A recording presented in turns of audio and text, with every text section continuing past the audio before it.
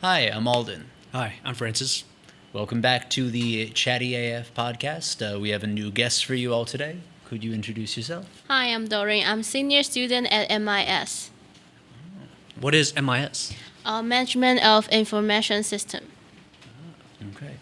Yeah, and so what we are curious about today is what year are you at NCU? Fourth year. Fourth year. Yeah. Okay, great. And you're one of our TAs. How do you like TAing? Do you enjoy it? I think it's kind of fun to interact with the freshmen because to know whether they like NCU or how they think about the whole school. Ooh, so what are their thoughts of NCU? Like pretty much like everyone's here. It's kind of boring, but it's a good place to study Okay. because you have no entertainment. I mean, it can't all be boring, can it? I mean, like you've got to do some other kinds of activities on campus. What other activities do you do? I joined club, and but mostly of my time is I do the internship outside of school because I think this place is not that boring for me. I kind of like this because I like to live in the countryside, and I think it's pretty much a countryside. So, yes. What do you think, Francis? Countryside, I don't know. Zhongli's a lot of fun. No, I mean NCU. Because NCU we're on top of a hill. Yes. But we have a scooter, so we just scoot down to Zhongli. We had ramen yesterday, 2 days ago. Yeah. It was really good, and then we walked around Sogo. Oh. Yeah, Zhongli. It's always funny. We're always arguing with the NCU faculty, staff, and students about the fact that we actually like NCU. That's funny. So you mentioned some clubs that you do as well. Could you elaborate on some of the clubs you do? Okay, so I do the bartending club, and my job is PR, public relationship. So the job of mine is to socialize with the member and make sure they fit in the club. What do you do during the club? Like the real one, I drink alcohol. And also we do some class arrangement with our teacher. We have a teacher from outside of school. Oh, okay. So is he teaching you about how to drink? Is he teaching about like wine and how wine is made, or like what does he do? We had different themes on each class, so it totally depends on the teacher. And for example, he teaches us how to drink safely, and that's important. and how to make homemade cocktail with the materials that you can buy in a convenience store. Oh wow. Do you have a favorite cocktail or drink? As long as it's alcohol. Nice. Have you had like a favorite class that you've taken part in? Like, was there a specific type of like alcohol that you preferred over the others in terms of like the sessions that you've had in the club? So we had a class that teaching us different classic cocktails. So I think that class is one of my favorite because the teacher introduced us all kind of the classic drink that we can buy in a bar, and it just make us have more sense to order the drink in the bar. Ooh. Okay, nice. And is the class in Mandarin? Is it in English? Mandarin. Yeah. Okay. So we won't be able to attend. We can try. We can try. Yes. What's your favorite cocktail? I'm not like much of a cocktail guy, but I do like dark and stormies. Yeah. Sort of like a rum, ginger beer kind of guy. I definitely like that stuff. How about yourself? Whiskey for sure, Yeah. or wine. Yeah. Yeah, but cocktails are fun to make, but I don't usually drink cocktails. Yeah, like for whiskey, I prefer like whiskey on the rocks. Yeah, it's just simple. Yes, we do the same. Like our members, like the close of mine, we when we are having the drinks, we don't do the bartending. We just drink the shot. There you go. For example, the vodka, the whiskey, and yes. Yeah, who needs cocktails? You can just take them from a bottle. Yes, we just need alcohol. Like the bartending is so complex. We just drink it. Yeah. Like, how did this how did this idea come about? Like, when was the club founded, or like? It's like just a classmate, like a friend of mine. Of course, he's a friend of mine. He posted a post on Facebook, the club of NCU Talk, and he was wondering that if anyone in the campus is also interested in bartending, and he wants to be the founder of the club. Yeah. Yes. Okay. Very cool. I mean, everyone's been saying that NCU is boring, but it Yes. doesn't sound boring. Yes, we want to make it more interest. Yeah. I noticed it was also in this building. Yes, the fourth floor. Yeah. Wow. In an academic building, drinking. Yes. Do we get that in America? Sacrilege. Do we? It's definitely a thing in Europe, but I don't know about the Yeah, States. I don't think it is in the States. Well, also in the U.S., like drinking age is 21. So We're a lot more conservative when it comes to that stuff. I think back when I was a graduating senior in college, we had like a wine tasting ceremony, and it was it was very professional, and it was also again about like really enjoying the flavor, the taste, being able to smell the different notes of either flowers or fruits, etc. I kind of wish we had that as first year students, because that would have definitely been more beneficial early on rather than later. do Taiwanese students, or I guess Taiwanese, do they start at 18, or do they earlier, or like what do you think is a general Like drinking my age? personal experience. Oh, okay. Okay, so I and my friends, we drink like about 17, just 1 year before the legal age, because we always want to try that something we are not like we can to do. Yeah. Yes. There. When Because did you we- start drinking? Honestly, it was like when I entered college. It wasn't any time before that. Yeah. I don't drink. I'm kidding. I also started drinking around when I started college. Yeah. Yeah, actually a little bit after when you started. Yeah. That's cool. Again, it doesn't sound like NCU is a terribly boring place, and I'm also kind of curious, could international students join this club if Yes, they sure, wanted to? Okay. sure. We also have some students from China, and also in the beginning of this semester, so we had a seminar to introduce our club, and also there's some international students to ask if they can join, and like our answer is always yes. Yeah, the more the merrier. Yes. Very cool. I'm also curious about your internships, because we looked over, so I helped you with your resume. Like, you came in for a consultation. It was quite an impressive resume.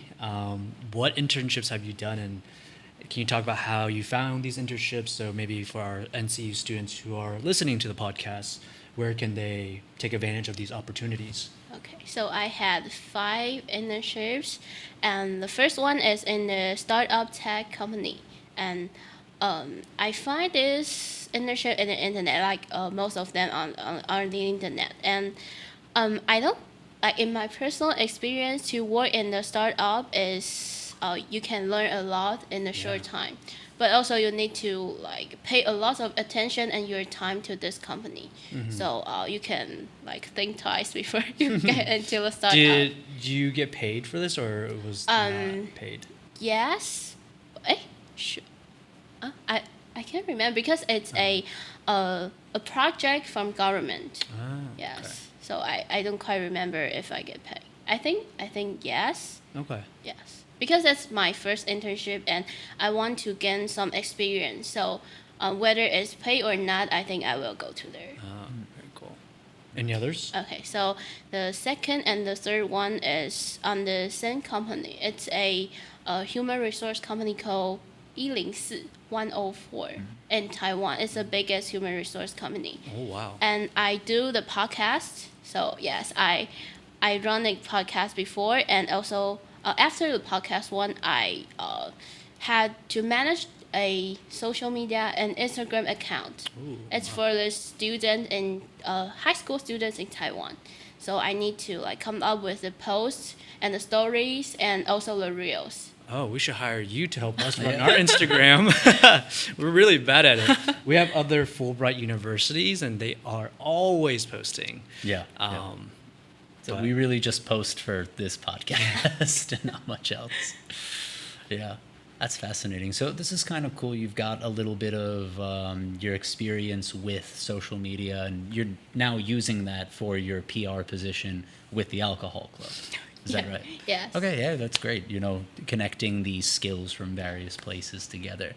I'm curious. So you're sort of developing this like PR and HR sort of like personality and like professional aura, I guess you could say. What are some of your goals going forward after university? I'm going to study my master's degrees in Canada. Yeah, So, she just yes. received an interview. Yes. Fantastic. Congrats. Thank you. Yeah. What was that application process like? So I think the most difficult part is to find what you are really want to study, like what your major and which country and also which program, because one major has different program. For example, for data science, they have machine learning and also the data analytic and yes, just lots Yeah, of programs. Yeah, you need to figure out what you really want. How did you decide all that? What was your method of narrowing everything down? Because like you said, there's so much out there. I think as you're preparing for masters, and when I was looking to get my master's, yeah, it requires you to do so much research and to really understand what you want to do. So in my experience, I explore myself via the internship. So that's the reason why I do lots of internship. I want to find what I really want to do in the future.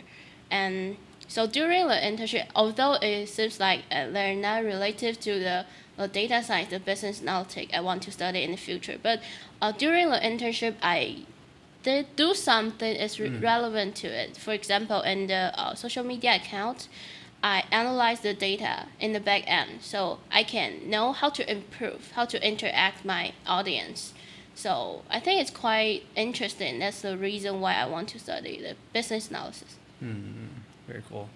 How did you find your program and narrow down your program? You just also applied, so congrats to you. Yeah, thank you. Yeah, I think what I did was I kind of took a look at what I would like to do going forward, and what matters to me is sort of where I'm working and what capacity I'm working at. So I found a school in the UK that provides a sort of mix of things that are really important to me.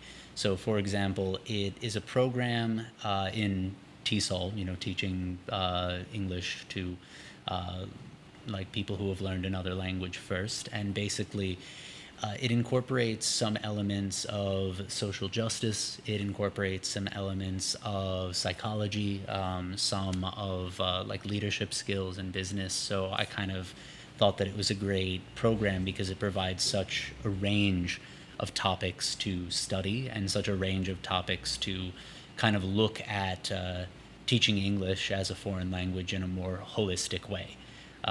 So I settled on the University of Bristol, and I'm going to be hearing back from them probably by late this year, early next year. Wow, fingers crossed Yeah, for both thank of you. Yeah, thank you. Thank you. Wow, big Jayo, moves. Jayo. Yeah, big moves. Yeah, that's great. Cool. So, so we've got university in Canada. Where in Canada? Vancouver. Vancouver. Yes, Okay. I'm applying to UBC, British Columbia. Ah, okay. Got it. And what about Vancouver and UBC was preferable to other places? So Why for- UBC? Oh my god. We did an interview Yes. prep, so Oh, fantastic. Yeah. one of the I still questions need to will- figure it out Yeah, this one of the question. interview question probably will Yes. be why UBC? Why UBC? You can Yeah. take this opportunity to practice. Okay.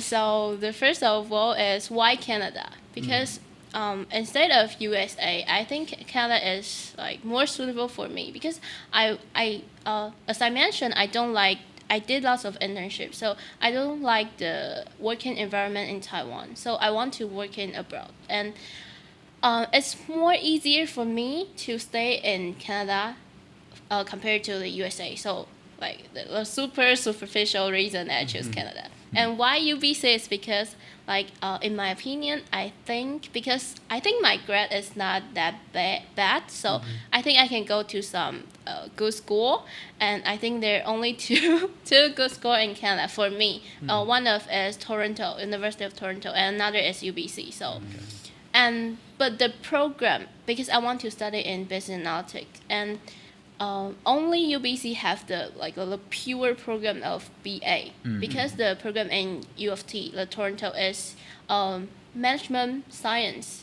So that's why I choose UBC. And also the deadline of UBC is closer, so I only prepare for it for now. No, that makes sense. Okay. What about the Taiwanese work culture? Because we've been here. Well, Alden's been here way longer. I was here in 2018, 2019, and then now I'm here again. So the Taiwanese work culture is very different from the U.S. So I'm very curious, what have you noticed about Taiwanese culture / why do you not like it? So it's just important to note here that we have very little concept of what it is truly like to work in Taiwan because of our or to work as like a Taiwanese person, Right. because our roles like we have certain privileges that come with working in these American companies. So we want to hear it from like your perspective specifically as like a Taiwanese person working in Taiwan. So I did lots of internship, and I think it's quite different from a different industry and different, like the culture of different company. For example, I had internship at a startup and a traditional Taiwanese company, and also a Singapore company. Wow. Yes, and so for the startup, as I mentioned, you need to put lots of your energy and your time in it, and it's not like the normal Taiwanese people. They just start working at 9, and after the about 9 hours, they just go home. Right. But in the startup, you need to it's more like a responsibility. You need to finish all your work before the deadline, no matter when and no matter what. You just need to finish it. Yeah. Yes. And for the traditional Taiwanese company, the college is older, and they're not that they don't have much energy. They just do their daily routine, and you can feel the company is just not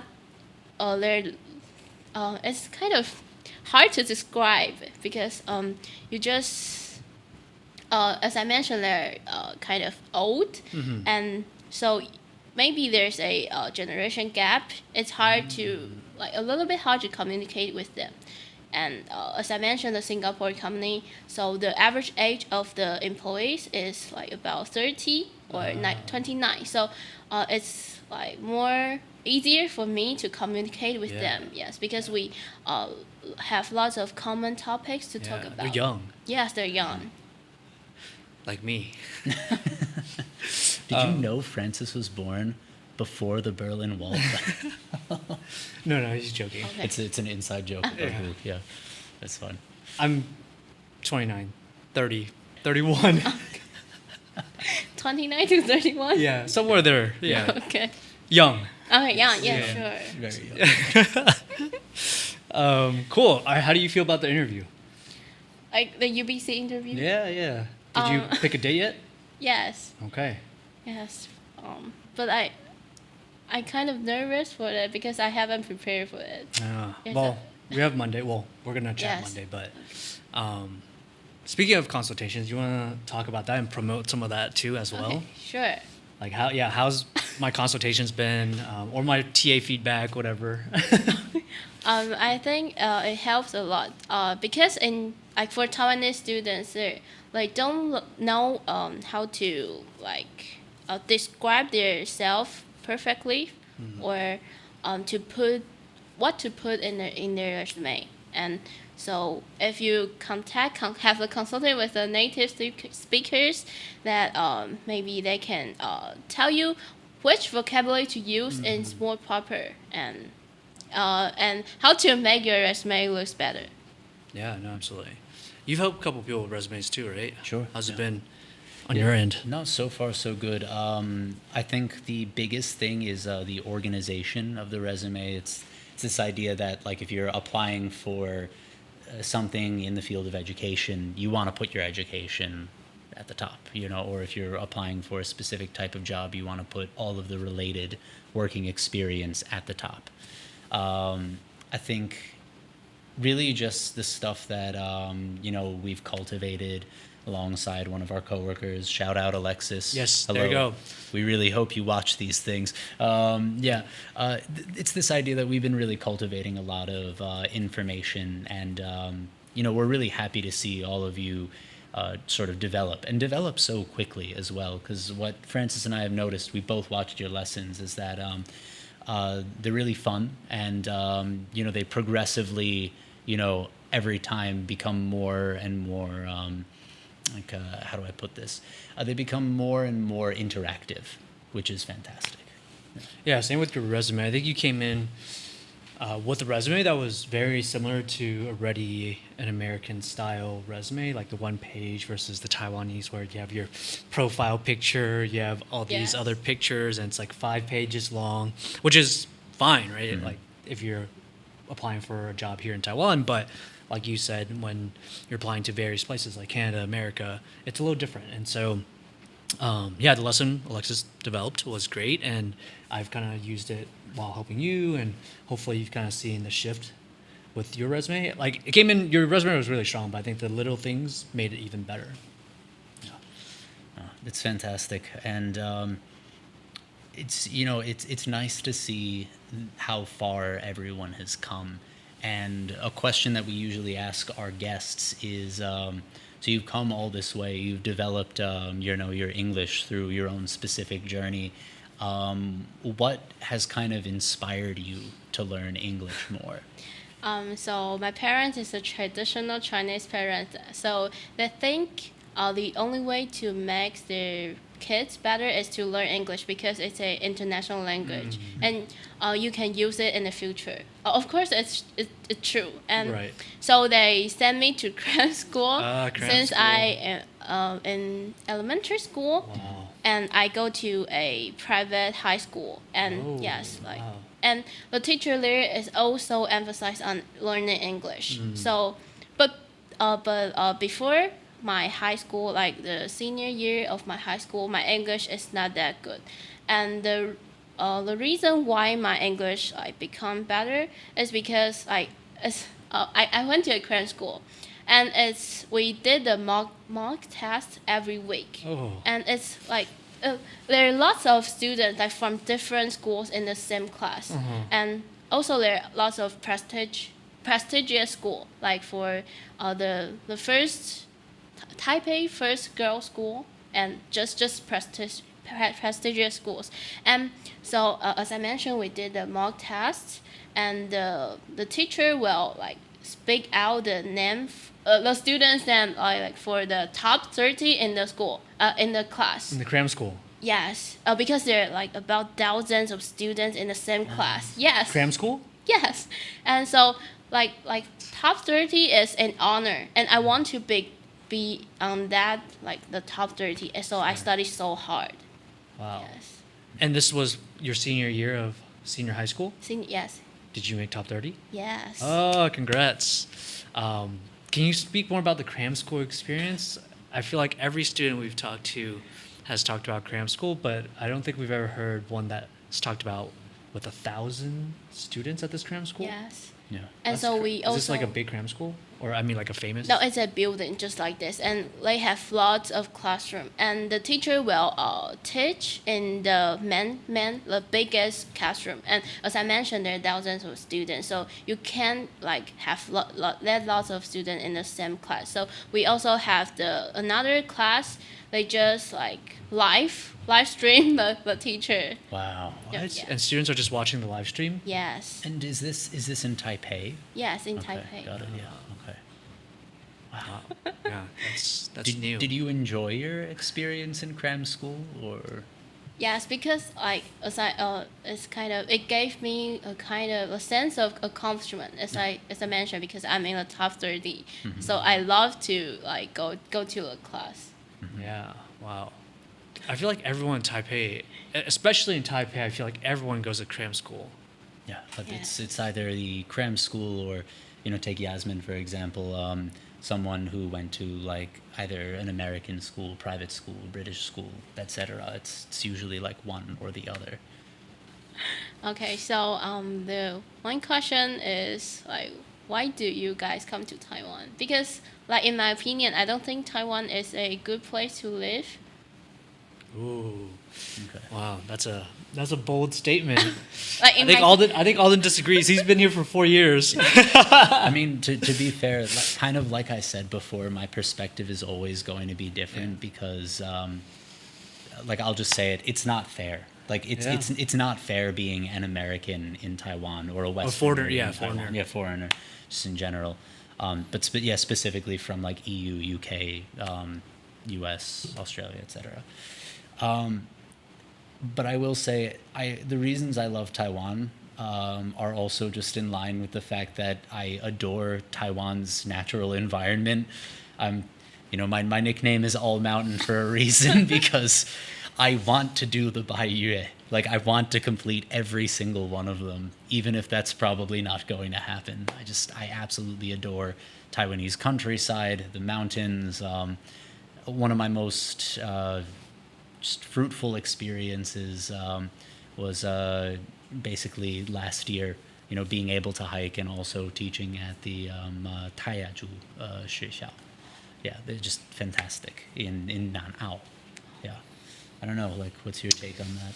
For me, coming to Taiwan and working, I think it was just, for me, a way to experience something different. I've taught in the U.S. for 8 years at least. I can't remember, 7 or 8. So I've worked a lot in the U.S. and the education system. How does it compare? I'm getting there. The education system is different. Teaching Taiwanese students is great. Teaching my students in the U.S. is also great, but it's hard work. It's very stressful. They'll give you a hard time. My students gave me a hard time. But at the end of the day, teaching is teaching, and the most rewarding part is being able to build a connection, build a relationship with the students, and then see them learn every day. So that is not different in terms of my American students and Taiwanese students, but the biggest part is the level of stress. I don't feel, especially now at NCU, I'm not teaching every class, right? I'm only teaching like maybe 2 out of the 4 days, whether it's like the micro course or a workshop. So I would say like on average 2 out of the 5 days. And then on Friday, usually like this, I'm recording a podcast. So I'm not teaching in front of students, making sure students like do their homework. Yeah. And then in the States, it was really hard because being a teacher, or even in Taiwan, I know like being a teacher, you have to like be in the classroom, you have to be kind of on all the time. So there's no major difference there. But for me, it's just the level of like happiness and well-being is much higher here. I think that's not due to just my job, but just due to the culture, right? In America, it's all about the hustle. It's about capitalism, making money, which is for some, it's important, right? Like the American dream. Yes. But for me, because I've had that experience and I just want to enjoy other aspects of my life. Yeah, and Taiwan provides all of it. Because I can go to nature if I want. Like 2 weekends ago, I was in Yilan surfing. In 2 weekends, or in 2 weeks, I'm going to Green Island to scuba dive. So you have all of that. I mean, yeah, you have that in the States too, but people are not really doing that. They're just busy with life, with work. It's also very hard to get to a place where you can do diving in the States, or can get to a place where you do surfing, because you have to live on the coasts. And if you so don't, then being on an island here in Taiwan, like it's very easy. Transportation's easy, so I don't have to drive. I love road trips. Don't get me wrong, I love them. But here, if I want to go down to Kaohsiung, I'm like, oh, I'll take a HSR, hour and 45, and I'm in a completely different city. A different environment, different energy, different vibe. Yeah. So you don't love living in Taiwan, and we're curious about some of the reasons why. Because, like, as you mentioned, the level of happiness, that's one of the reasons that I don't want to work in Taiwan. Because, like, in my experience, I think like the level of happiness like for working in Taiwan is like kind of low. And I think maybe if I work in the Canada or the US, because they put a lot of emphasis on work-life balance. Because I don't think like work-life balance like literally exists in Taiwan, because like they just working and don't have like a life. Yeah, I think like Alden said, we haven't experienced that because we are coming in as a foreigner, so I don't think we'll ever experience it. Well, maybe if we get like a Taiwanese job, right? I do know one person who works at like in a Taiwanese position, and she works pretty much the whole time, and she has to be on the whole time. But yeah, I think for us, unless I switch careers or try something different, like being an EMI, like an English medium instructor or instruction, it's pretty good. I'm not too mad. We will say this though. Working in the States, I can't really speak for Canada too much, but working in the United States is also pretty work heavy, I would say. Many jobs have long working hours. You are expected to, put in a certain amount of work, especially when starting out. It's maybe not as much as Taiwan. Maybe there's a little bit more of a balance. But because the country is incredibly expensive, it's important to know that it might not be as different from Taiwan as someone initially thinks. We market ourselves as this really incredible place, but there's a reality that's also lying beneath the surface of our sort of propaganda. No, absolutely. If we're talking about work-life balance, I think Europe has it, or like Australia probably has an even better work-life balance. Yes. And maybe Canada. Maybe Canada. No, you're right. Maybe Canada. I've never worked there, so I know in the U.S. it's pretty standard, like the 9 to 5. So in terms of, unless you're at a startup, I think startups are like you've experienced. They like work pretty much on the clock, but a lot of jobs are 9 to 5. But I don't know. I think it's capitalism. Yeah. Yes. A lot of folks who are younger these days will try to, develop different sources of income in the United States. So that is just one thing to consider when going there. It might not be as different from Taiwan. Okay. Yeah. So I'm very curious what it'll be for you in just 2 years, right? Because your master's program is 1 year. Yes. And then so you'll like quickly find out. Yes. I will like find out if it is that high pressure in Canada. Yeah. What are you most excited for when going abroad? Like for Czech or Both. When you go to Czech, when you hopefully go to Canada. Doreen studying abroad in the Czech Republic. When is that happening? My flight is on like February 2nd in 2025. Okay. That'll be a really good point of contrast. But yeah, what are you excited about? I think most of it is the life experience and also the people in there. Like what kind of people I will meet and what like stories they will bring me. Yeah.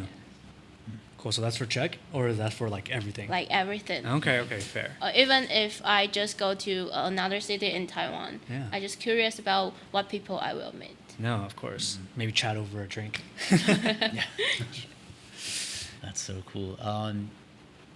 In the Czech Republic, have you ever been to Europe before? No. Okay. What are some of your first impressions of Europe and the Czech Republic? So the reason. Beer. Yeah. Yes, the beer. So the reason why I chose Czech is like it's no reason. It just come to my mind, and like a voice in my mind just say, "Hey, you need to choose Czech." Oh. So I just choose Czech. That voice is correct. Yeah. Really? Yeah. He worked. Yeah, he lived there, worked there. Oh. Yes. Yeah. What's your favorite part about Czech besides the beer? I think I might have said this in other episodes. Alan can maybe quote me on that or not. But I love the fact that in the Czech Republic, a lot of the towns have very walkable spaces. You'll have like really wide sidewalks. You'll have like plenty of transit, whether that be buses or trains or trams. Some might disagree with me nowadays and say that Prague is urbanizing very quickly and becoming more car-centered, which that's going to make me cry. But generally speaking, when compared with the United States and when compared with Taiwan, you'll probably see this too for yourself, but you'll feel very at ease walking around in places with a lot of people. Wide boulevards, areas that, there are no cars, scooters, or anything else allowed, just people. It's not like Taiwan.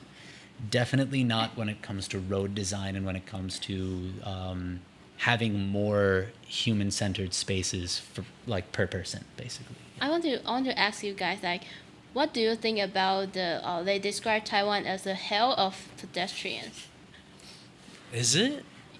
I thought that was maybe Vietnam, maybe not. I've heard it used for both. I think it's a little bit harsh if we're looking at all of Taiwan, but when we look at Taiwanese cities, specifically places like Taichung, because Taichung has a few areas with those wide sidewalks and some parks for people, but generally speaking, it's still very scooter centered.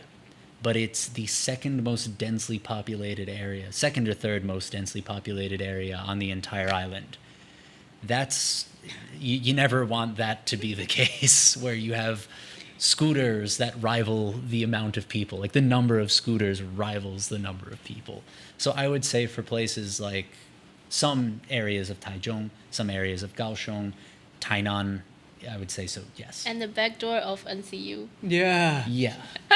Backdoor, we've already talked, like, between campus and backdoor is just day and night.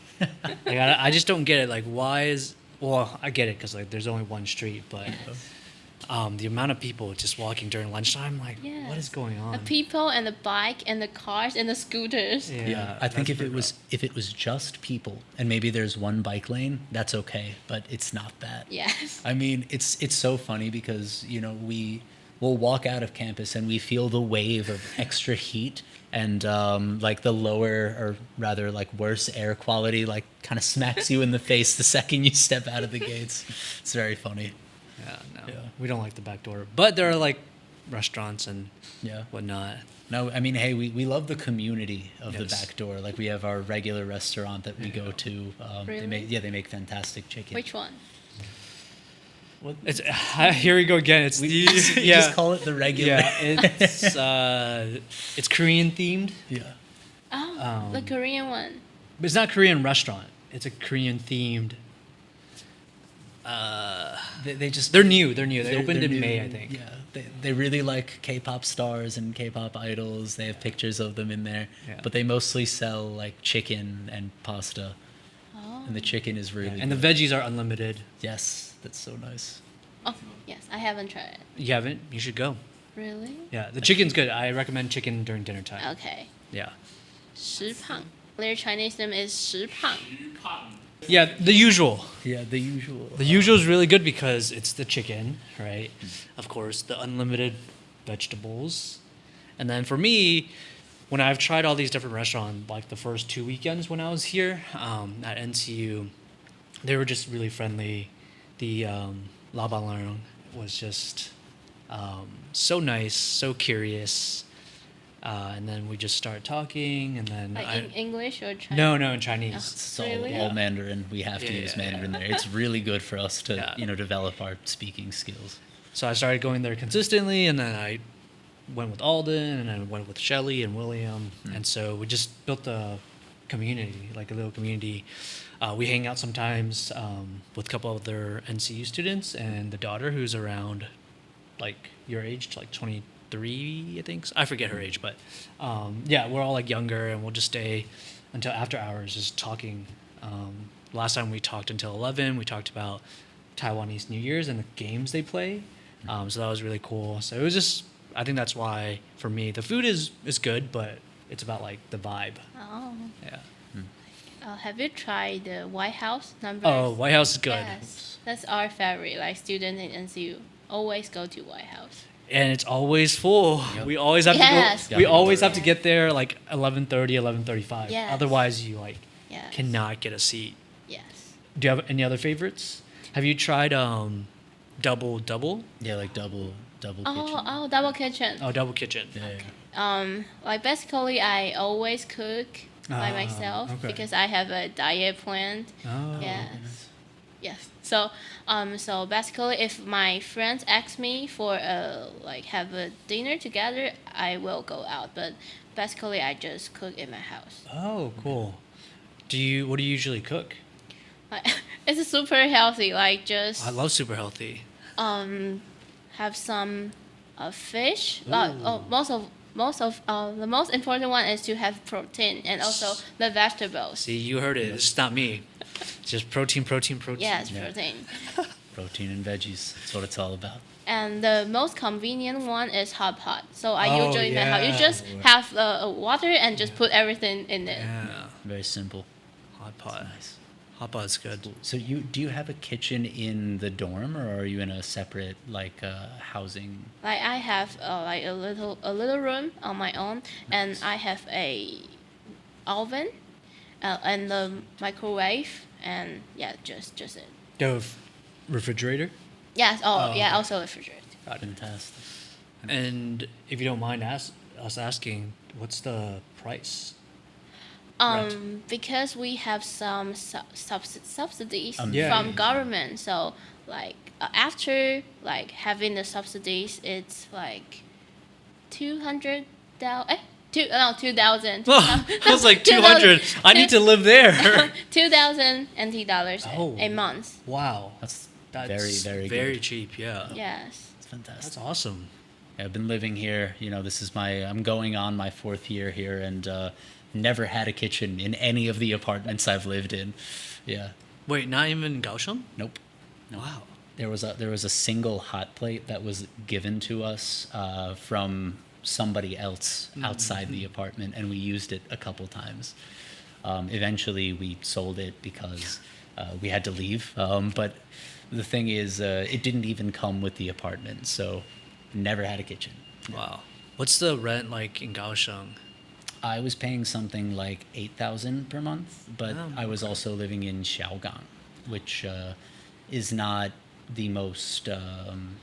It's not the most popular area, so it was relatively affordable, and that has been the most expensive. Whereas the cheapest rent that I've ever had, without any government subsidies, was 5,000 in Penghu. Yeah, Oh, whoa. yeah. Were you by yourself? I was living with a roommate. Yeah. Oh, wow. Except we had our own rooms, and he had his own floor. I had my own floor. Oh. Yeah. Because my cheapest rent here was 4,100 maybe, and this was in Nilan. I believe that. Yeah. Yeah, so I was in a apartment with 2 others, so 3 You were total. also here in 2018. True, Yeah. 2018. Yeah, I'm telling you, I think Taiwan the prices has really increased. Oh yeah. Yes. Which is so sad because Like inflation. I know, but I think the amount of people and just like the prices have really shocked me because I ate out a lot the first year. I mean, I still eat out a lot because I don't have a kitchen, but I just feel like my spending is a lot more, but I'm like doing the same thing as I did, 6 years ago. So I think prices have increased, which is unfortunate, but it's still relatively cheap compared to US. Yes. Yeah. Well, this was really fun chatting. Well, Doreen, thank you so much for joining us today on the podcast, and thank you for tuning in to the ChattyAF podcast. We will catch you next time. Bye for Like, now. Bye bye. subscribe, Like. hit the notification bell. You got it.